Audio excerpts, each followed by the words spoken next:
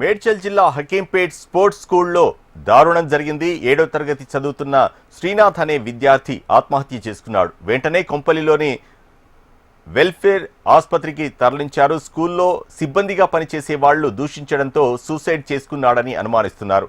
Hakimpet sports స్కూల్లో ఎవరిని అనుమతించకపోవడంతో ఏమైందోనని విద్యార్థి తల్లిదండ్రులు ఆందోళన చెందుతున్నారు.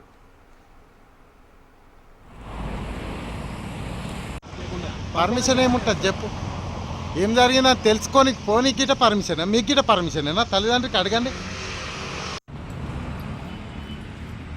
పంపొద్దని చెప్పిందా మేడం? ఇప్పుడు లోపల జరిగిన ఇష్యూ ఏంది?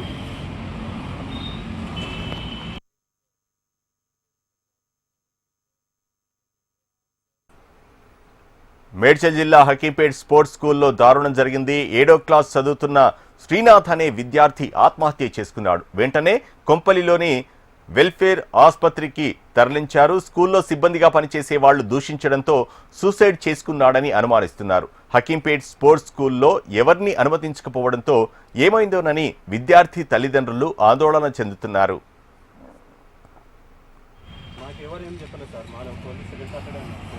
ఇప్పుడు లోపల జరిగిన ఇష్యూ ఏంది?